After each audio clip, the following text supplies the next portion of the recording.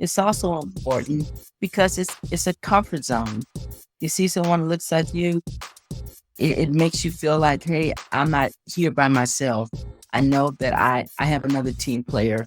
I use this as an example. When I was at the Colorado Department of Labor in the Quality Citizen Employment and Wages Unit, I was the only Black supervisor for 17 years. Okay? The way I think is totally different than the way some other people think. But if we have a group of people that are all the same race, and I'm over here in a different race, then they're going to think what I have to say isn't important. It doesn't matter because the majority rules.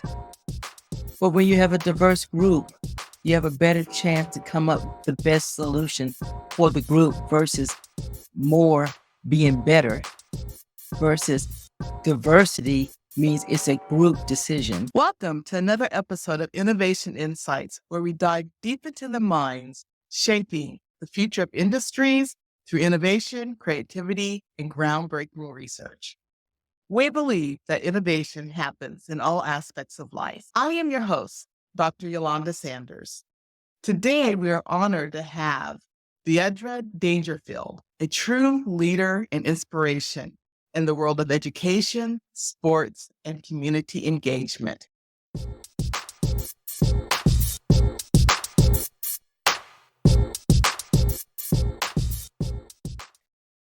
For over 25 years, De'Edra has been a dedicated advocate for youth, positively impacting their lives in the classroom and on the playing field.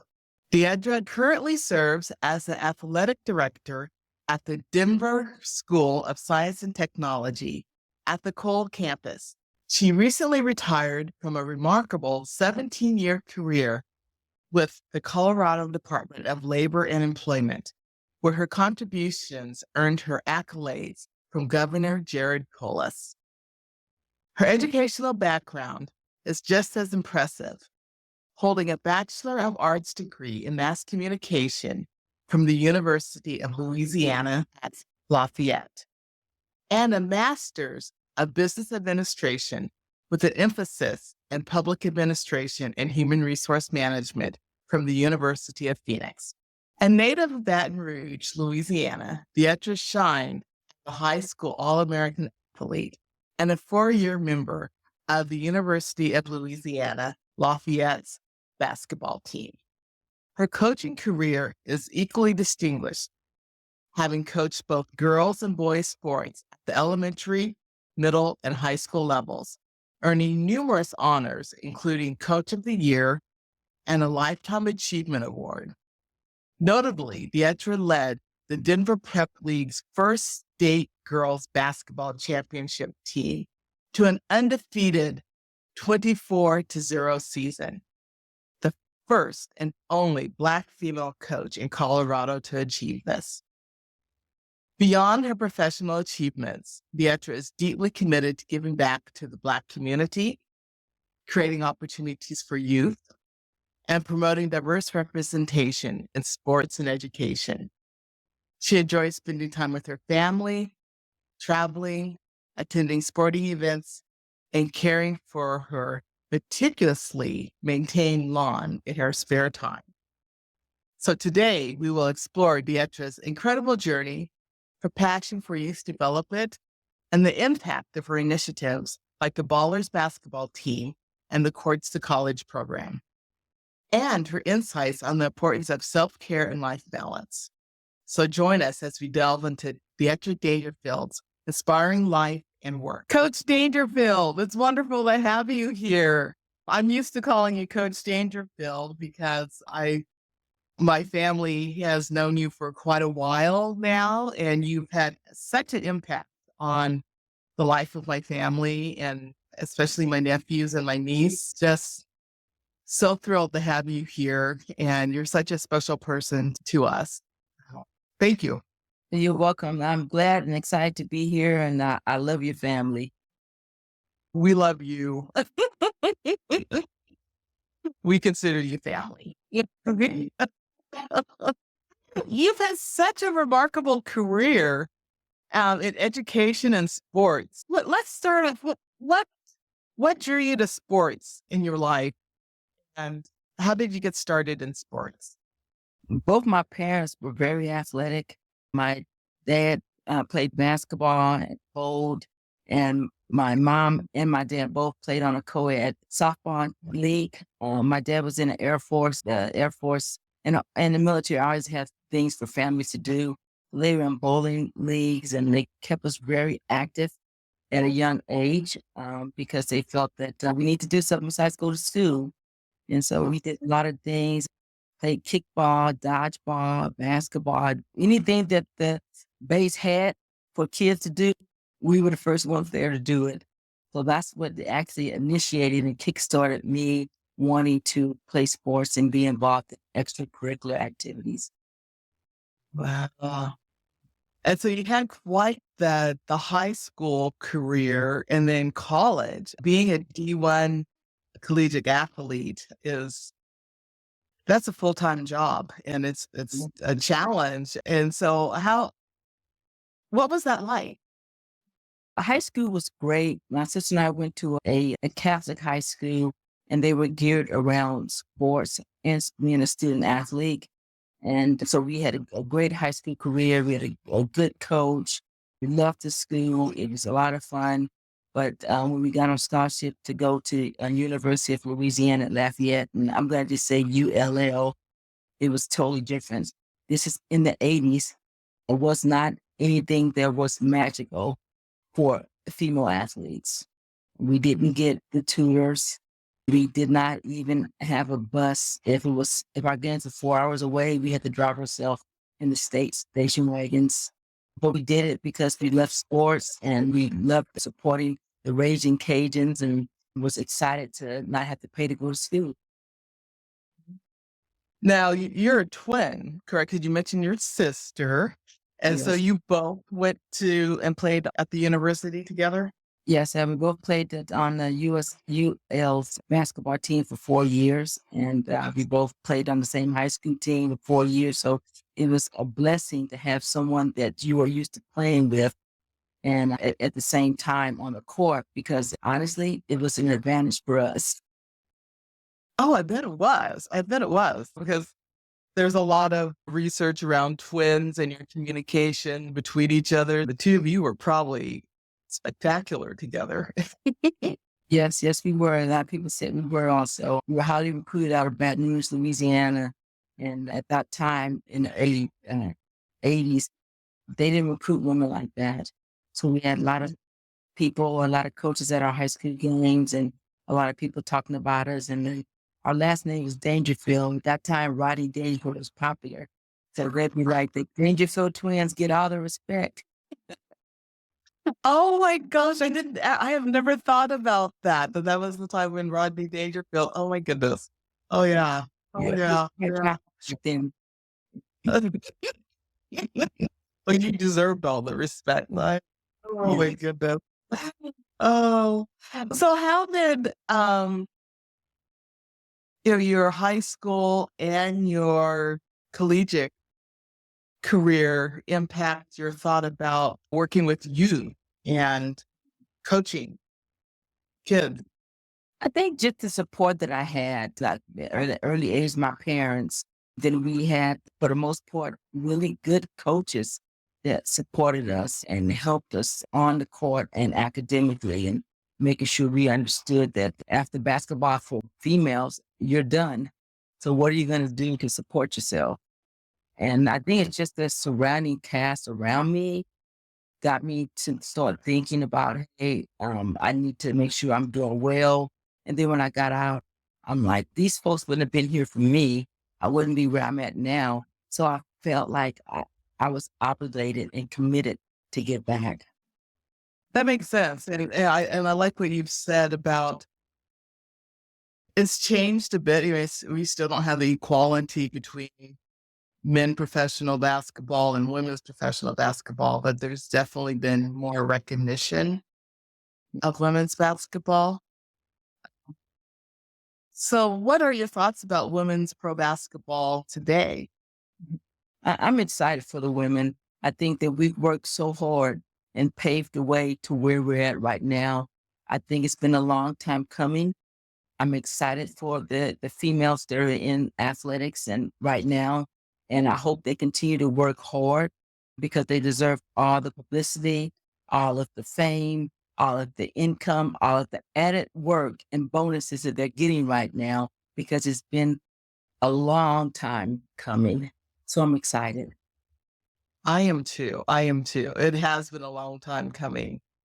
And thinking about that, I mean, you have had such a groundbreaking career as a coach. And I have watched you coaching, being the only female basketball coach, coaching young men, young boys, and being the only female there, but then also leading a team to a state championship and undefeated record. That's incredible. Can you share what that process was like and highlights from that season? And what did that mean to you as a coach? When I coached at the high school that won the state title, and I say Mount Bello High School, I started out very small because I created a program called the Mount Bello Tiny Tots, where they were kindergartners through like 5-year-olds. And then 2 years later, I advanced it to middle school. And majority of those kids that were on my state championship team went through my program. And then they eventually came to the high school. They actually, how do you say, fell right into the plans of winning the state championship, of knowing how hard you have to work, knowing that no one's going to give you anything. And more important, it's hard to be the first. Not only were we the first team to win the championship, did the Denver Prep League, but we were also the first Denver Prep women's team that was held at the number 1 seed the entire season. And with a lot of pressure, we held it together. We stood honed in on the goal, and I had great parent support, administration support, and of course the kids. We had no issues at all for the entire season. Actually, from the junior year to the senior year, we actually should have won our junior year too. But it is what it is. We won it 1 year.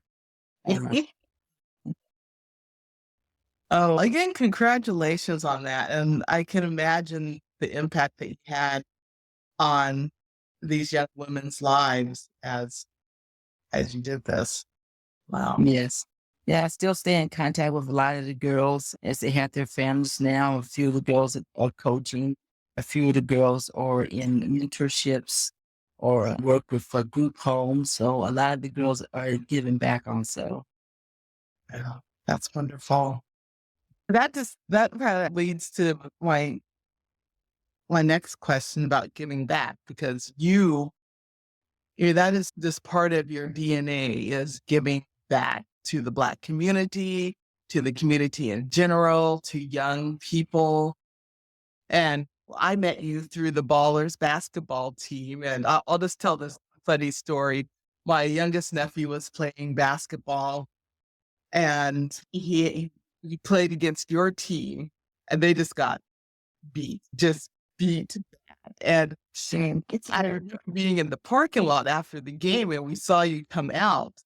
And I said to my sister, I said, you need to go over there and Joshua on that team. And my sister is much more outgoing than me. And I did instigate and say, well, that's how we met. But tell us about the Ballers basketball team, because it was in place much longer than when rejoined it.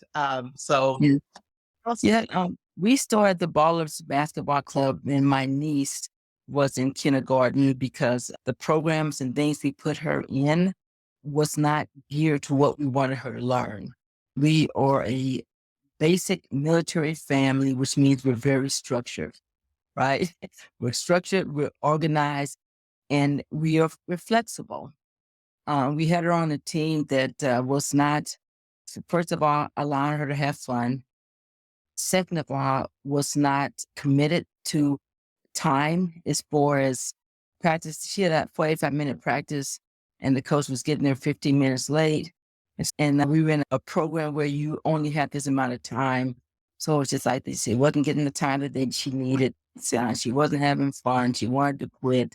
And like I said, our family was very structured. So we decided to create the Ballers. And we wanted it to be a nonprofit. We wanted to teach kids how to play sports. We started with basketball. We did some volleyball also, but we mostly basketball. And we started with the fundamentals. Some folks say, hey, you don't need it. Some folks say you do it too much. I'm just going to throw it out there. I've had a lot of success teaching fundamental from square one on a regular basis. We started the Ballers, Colorado Ballers basketball program. We're a nonprofit. We also wanted our kids to have opportunities to travel. So we would put in place tournaments out of the state. But when we go out of the state, we would go there a day early and we would go visit colleges. And we called that program Courts to College. And so our kids got a chance to walk on the college floors, talk to the coaches. A couple of the colleges allowed us to have practices there. We even stayed in the dormitory one time versus staying in a hotel.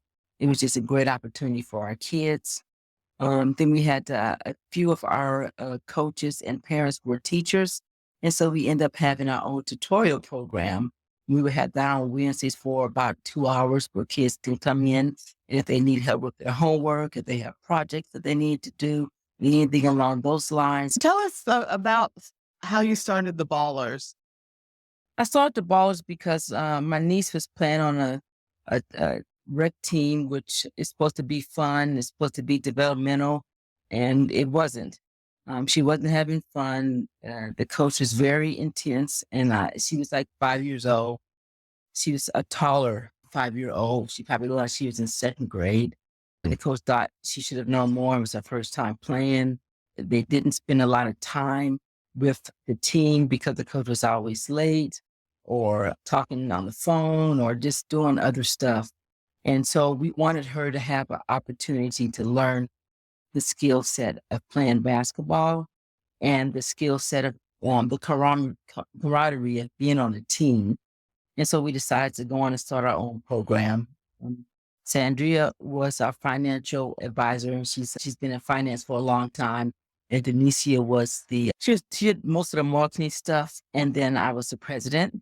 And so we set up a team. It was a developmental team. We started with the skill set of dribbling, passing, shooting, and we drilled that every single day.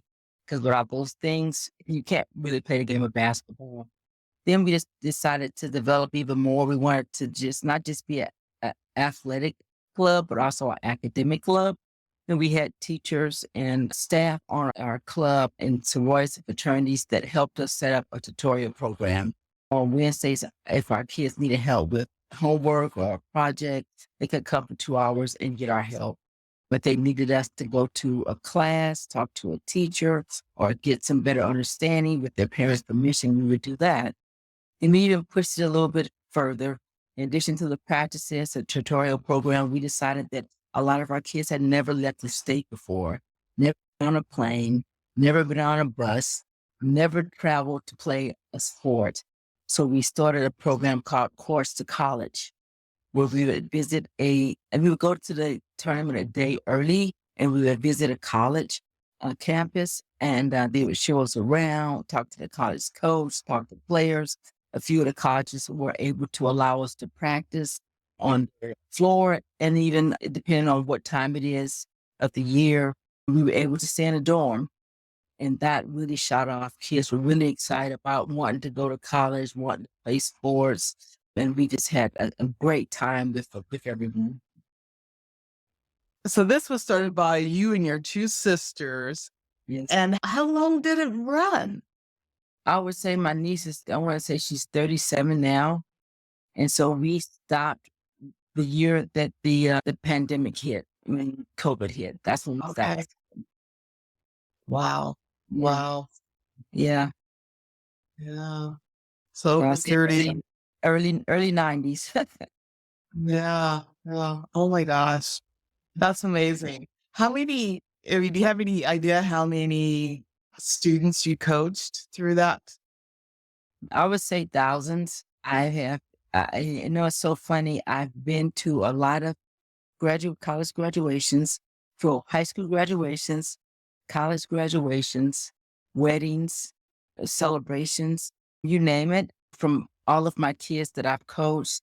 And you're not going to believe this. I've never not attended when I've gotten an invitation. So I've done a lot of traveling and a lot of sitting and a lot of, gosh, this kid, all he would do would cry, or all she would do was be upset because she couldn't get the ball. Now look at how successful they are.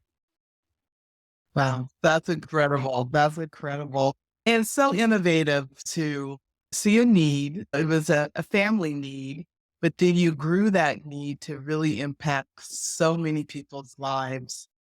Thank you. Just thank you. You're welcome.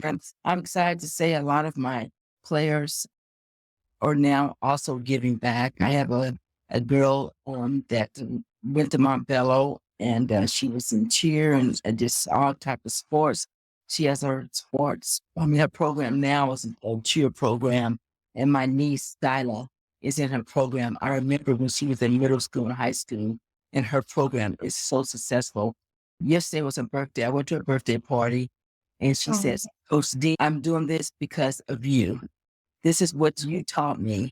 And you taught me how to be successful. You taught me how to give back. And I'm doing this because of you." And that really, it made me feel so good. It really shows how one person or a group of people or a family can make a difference. Yeah. So, yeah. Someone who has coached over 30 some years, how do you see the role of sports shaping the lives of young people? What skill do people get from sports? Because sometimes people think, oh, sports is just sports. I tell you right now, if you have a child, they need to be in some type of extracurricular activity. It teaches leadership. It teaches camaraderie. It teaches you how not to be shy. It teaches you how to speak your piece or your word. It also keeps you healthy. It also grooms you to become a leader. To me, in my eyes, without sports, I wouldn't be where I'm at now. My public speaking is because of the sports. But when I was team captain, just having to talk to my team and relay information, sports and extracurricular activities, I don't care what, if it's Girl Scouts, I don't care. It's whatever it is, it teaches you how to lead. And it also teaches you how to be a follower. It teaches you how to listen and come up with better solutions and suggestions. So sports is number one in my book. Extracurricular activity is number one in my book. And actually, I don't know how you can groom a kid without giving them more than just being a student. I mean, life skills, there's so many that you can learn with sports. I agree. Let me just throw this out here. Your nephew, both your nephews, but I'm going to say Joshua first. Joshua, I watched him grow up to the man that he is right now. And at first he was timid about the game. I knew he would be a great shooter and really get on to how do you say, his drive for basketball. As I watched each step each year, he got better and better. I remember telling Denise that, my God, Josh is good. And he's even has room for even more improvement. So he's going to be even better. His work ethic was so hard. He was probably one of the hardest working ballers on our team. He wanted it. Oh, well, thank you. That he learned so much from you. Yeah, all three kids did. Yeah, all three of them spent time with you, and we really appreciate again your leadership and mentorship with them. No, thank you. Well, they already had it. They had a strong family, so they already had it. Oh, thank you. Let's talk a little bit about diverse representation in work environments. And Why do you feel it's important for people to see diverse representation in leaders and coaches, in work environments? It's important for our kids to see that so they can see themselves in that role.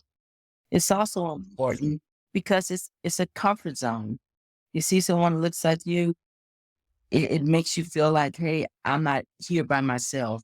I know that I have another team player. I use this as an example. When I was at the Colorado Department of Labor in the Quality Citizens Employment and Wages Unit, I was the only Black supervisor for 17 years. Okay. The way I think is totally different than the way some other people think.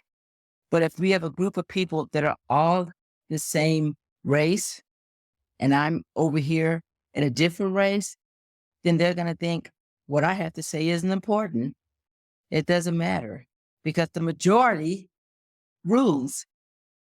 But when you have a diverse group, you have a better chance to come up with the best solution for the group versus more being better versus diversity means it's a group decision. I use this as an example. We used to have bring your child work day. And the managers, we had to set up things for kids to do from 9 o'clock to 12 o'clock, and from 12 to 1, we had lunch. We would have kids come to our group and we would do all kind of things with them, talk about what our unit is, bring them to the office, play games, whatever. When we had kids of diversity, they wanted to be in my group, whether it was Hispanics, Asians, they wanted to be with my group. They didn't want to be in a group with just one nationality. They wanted to be in the more diverse group. And we would talk about what school you're going to, who's your best friend, who's your favorite teacher. This person likes math and this person likes math, but these two people like English. It was so much better. I even had a kid come to me and say, hey, you're the only lady. And another kid, hey, you're the only Black lady here. But they kids notice it, people notice it. And I think the diversity piece is something that we have to have if we're going to be successful. I agree. I agree. And yeah, I like what you said that kids see it, they recognize it, they'll call it out, and that's good. And I also like what you said too about you being the only Black supervisor. And then since you were the only Black supervisor, people not thinking what you said or did matter or was important or was credible. I had to pick and choose my battles because I was discounted a lot at the Colorado Department of Labor. And it's just because they were used to doing things a certain way. And my brain doesn't work like that. I always want to work smarter, not harder. And I always think outside the box. So my suggestions was never anything that they were thinking about. But I had to choose what I wanted to fight for and what I didn't want to fight for because it gets really tiring and you want to give up, but you have to be selective. And then I look back 17 years of that all the way to the end was different for me. I bet. I bet. I bet. I never once had a Black manager or supervisor over me at the Colorado Department. Not one time. Oh, I believe it. I believe it. Yep. Yeah, I think there's many people that can say that they've never had a Black supervisor. And that's sad. That's really sad. Yeah, and a variety of careers, and regardless of what your ethnic background is, yeah, I think there's a lot of people that can say that they haven't. I think I had a lot of diversity. It was Anglo-Saxon for me, the whole 17 years. That was it. Yep, that's pretty much been my career too. Yeah. Yeah. We're doing it. We're doing it. Oh, yeah. So, well, let's talk about life as a twin. We touched on that a little bit earlier. So what was it like being a twin, and how did that shape your life, and what role does family play in your personal and professional life? Being a twin is great. My sister Denicia is my best friend. She is the person that is most honest with me, and she is my support. If I need anything, she's always there for me. My family is also very big. My sister Sandria is very big in the finance world. She's the one who taught me, hey, you want to make as much money as you can, but you don't spend as much as you make. And I still use that to this day. My brother is also military. He joined the Marines. He's a hard worker. He also allowed us to coach his son with the ballers. And no, we spend a lot. I spend a lot of time with my family. We go on family trips and cruises, and we are a sports family. There's not a Sunday or a Saturday that goes by when a big football or basketball game comes on, or we're not at someone's house, at our a family member's house, watching the game and enjoying already. 'Cause your family's big in sports too. Let the Broncos game. We ready to rock and roll, right? Oh, yes. Oh, yes. I love that. My parents were the same way. We're from Louisiana. When the Saints came on back then, they weren't very good, but every Sunday we thought we were going to win. So we were all at my grandmother's house, eating Dumbo or jambalaya or getting ready for the game. Oh, yeah. Yeah. A couple weeks ago, the Broncos played the Saints, didn't they? We looked horrible. It was a bad showing for the Saints, but I'm also a Broncos fan, so it was a 50-50 split. Oh, yeah. Well, yep, we watched the game here. Yes. Oh, so, in education, and lifelong learning has really been an important part of your life, too. You hold the MBA with the dual emphasis. What inspires you, and also any advice that you have for people about being lifelong learners? Mhm.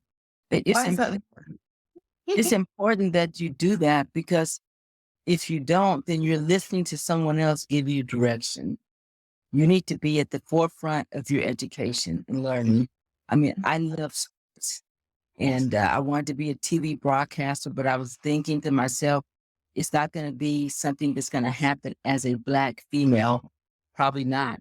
But maybe I can land a job in human resources and make sure it's fair and equitable for people of diversity. And so that's what I looked at. And my MBA, I always wanted to own my own business. Instead, we did our own nonprofit, but it teaches you how to be successful. And you're crazy if you don't want to be a continuous learner. Yeah. It's so important. It's so important. And that's one thing that, one of our values, we have 6 core values with innovation insights. And one of them is continuous learning. Really important. You have to, because things change so much. There's so many variables with things changing at the blink of an eye. You have to keep up with it. You That may is not, true. you may not be the best at it, but you need to know about it. Yes, that's true. That is true. That is true. And part of your community and learning and kind of family is your sorority. And so, yeah, could you talk a little bit about sororities and Black sororities? Because a lot of our audience may not even understand that the role of Black sororities and fraternities within the Black community.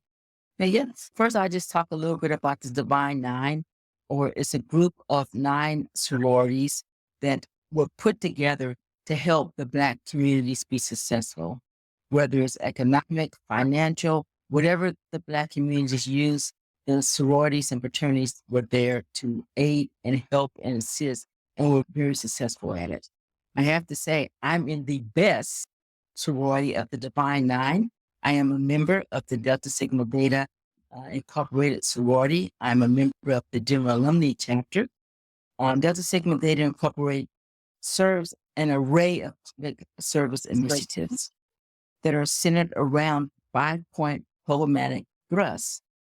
We have economic development, educational development, international awareness and involvement, physical and mental health, and political awareness and involvement / social action. I'm probably in 4 different groups right now. The biggest group is our political action. You guys already know, stroll, roll, walk, or run to vote. Our future depends on it. And that's what we're doing right now. All of Divine 9 is helping folks become registered, showing folks how to get to the polls, educating people to let them know, especially diverse people can vote. You need to get to ask for help. It does not matter if you had a felon. It does not matter if you're in jail. You can still vote. Don't let anyone tell you that. So our Divine 9 and the Deltas are there to make sure you know that voting is important and that we're here to help. But yeah, we do an array of different things. I can probably talk to you for hours about Delta Sigma Theta sorority, but we are at the forefront of our community to do whatever it takes to make sure that they're successful and to make sure they have what they need. Oh, thank you. Thank you. That is a great overview. And so for our listeners and our viewers, Mhm. there's white sororities or other sororities. What is it important that there are Black sororities and fraternities? Well, it's important because we know what the needs are. We either grew up in it, our families grew up in it, our grandparents grew up in it, and the battle is always going to be the same or close to it. So we know what the need is. And then more importantly, if you see someone that looks like me and looks like you, and we look the same, you're comfortable with going to that person and saying, hey, can you help me with this? And what's going to get done? Yeah. Yeah. No, that's so important. And thank you for shedding the light on the role of Black sororities and fraternities. One thing though, Deltas, we also gauge towards our youth. We have several programs for our youth to try to get them ready because they're going to be our future and we need to start educating them and making them aware quickly. We have the Delta gyms, we have Embody, we have the Betty Shabab's Delta program, we have life skills and how to make sure that you take time for yourself. There's a lot of different programs that we run for youth, for elderly, and for people who are retired. Because we still want our retirees to be involved. So if you need anything, give me a call. Just look me up. Excellent. Excellent. Excellent. Yeah. Again, that lifelong support and learning community. And you mentioned retirement. Yes. And I'm going to use air quotes. So you retired. Yes. I did retire. From your first career, and now you have this other career as athletic director. And how did you navigate the transition of retirement? And then what made you choose to start your next career? Actually, I retired from the Colorado Department of Labor because I just felt like it was time. I've been there for a long time. I felt like I did as much as I could do. And I wanted to spend time with my family and travel and go to games and just do things that I want to do. I'm one of those people that are like a workaholic. I can't start something without finishing it. And time has no value for me because I want to get it done. And so that's why I retired from the state. Then I had a friend that was a school director and she needed someone to come in and hit the floor running for athletics because students were not sad to school because there were no extracurricular activities. There was no athletics. There was nothing like that. And here's the thing about a retiree and why you want to hire if they want to come back, because they know, like you know, you have a network of people that can help us get ready for facility uses. You have a network of officials. You can coach pretty much every sport. And so I thought about it and thought about it. I love sports so much I always wanted to work in it besides, doing nonprofit work. I said yes. So here I am 11 years later. And now that started out as a athletic director of the high school, and now I'm the director of athletics for the co-campus. And I also started our first Denver School of Science and Technology middle school league because we did not have one. So yes, I'm hitting the floor running again. Absolutely. I love what you said about hiring retirees because, yeah, they come with all this knowledge and experience and skills. Like I said, network. They have a Mhm. network. That is a big help. They have a big network of people that know what they're doing, can point you in the right direction, and more importantly, they're willing to help. I say at Cole, I have a few people, and I'm just going to go and name them because I could not do half of what I do without those folks. Uh, Sam Piggies with the Buffalo Soldiers, they give our school, DSST Cole, a academic scholarship every year to our seniors that are going to college. Roy Smith on our signer gives us was a gift cards and whatever we need for teacher appreciation week. We are having our first ever Letterman jackets. And we have folks from the Divine Nine and my church that donated funding to give free jackets to the captains of each team. So it's nice to have a good network of people willing to help. It is. It is. The network. And I'm working with several groups and people on building their network. And it is so important. It is so important. So thank you for those examples too. You're welcome. Okay, so you're busy. You're a doer. You do. You so how do you take time and balance? I know you take time for your family and your travel. How have you navigated that? Your time management, career management. Whenever I feel myself getting burned out or I feel myself needing some time to myself, I love being outside. I go for a walk. I have a flower garden at home. I work in my garden. I just got a deck built on the back of and so I go outside and just relax. I love listening to jazz music. And I'm going to tell you this, even though I'm old, I love concerts. Those concerts at Red Rocks are my favorite to go to. And so I just try to take time out for myself and do some fun stuff. I love going to the movies. The movie jam is another one of my great places I love to go to. I love walking on trails. I just try to take myself away from everything. Don't bring any work with me and just try to relax. My number one thing though is cruises. I'm actually going on a cruise for spring break. So I'm excited about it. No, so I don't bring any work with me. Nothing. Not even have my cell phone on. Smart. Completely disconnect.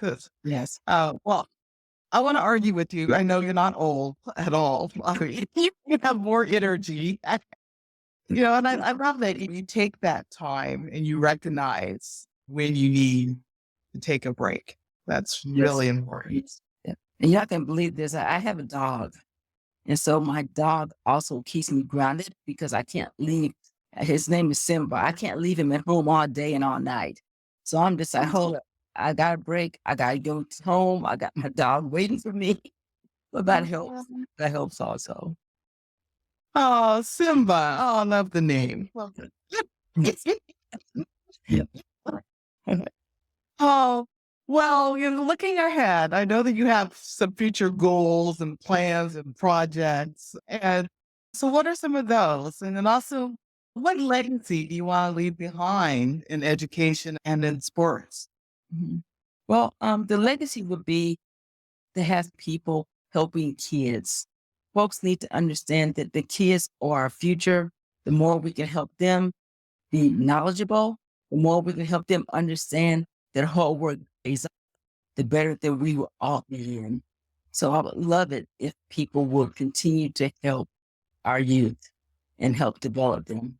As far as goals ahead of time, I would love to go back to my hometown of Louisiana and help rebuild the area where we lived, there's some, how do you say, some powerful people that are wanting to tear down a whole neighborhood.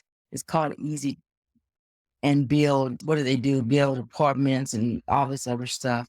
So it's a group of people that are getting together saying, hey, we're going to try to rebuild this neighborhood. We're going to keep it where it is. It's a historical area. It's by the state capitol. So my goal is to go back home and try to help them save our easy town. Nice, nice, nice. That's a great goal. Thank you. Oh, our last question is, how do you define innovation? Well, I think first of all, you have to be a continuous improver. You have to improve yourself verbally, with vision, and be flexible. You also have to be one of those people that thinks ahead of the game. And I would say I'm not good at technology, but I know I can maneuver my way around it. I think technology is going to be another key to being innovative. If you don't know it, find somebody who does. And that's why I have my assistant is really good with technology, and she explains a lot to me. I know it's going to be at the forefront of innovation, I'll say. Oh, thank you for that definition. And thank you for being on the podcast and having this discussion with me. You're welcome.